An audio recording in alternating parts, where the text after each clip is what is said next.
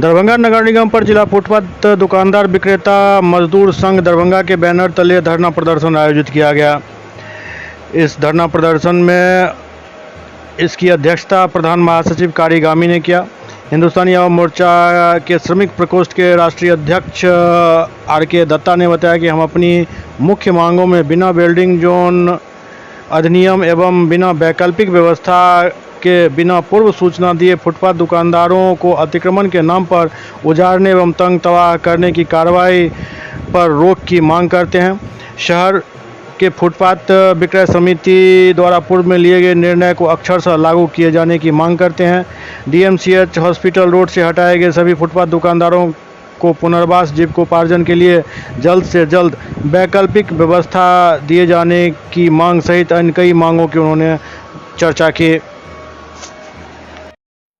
कभी आप धराइएगा तो जनता जो है लत्तम जुत्तम चप्पल सबसे जो है पिटाई शुरू कर देगा। इसलिए आप शांत हो जाए। जब तक हम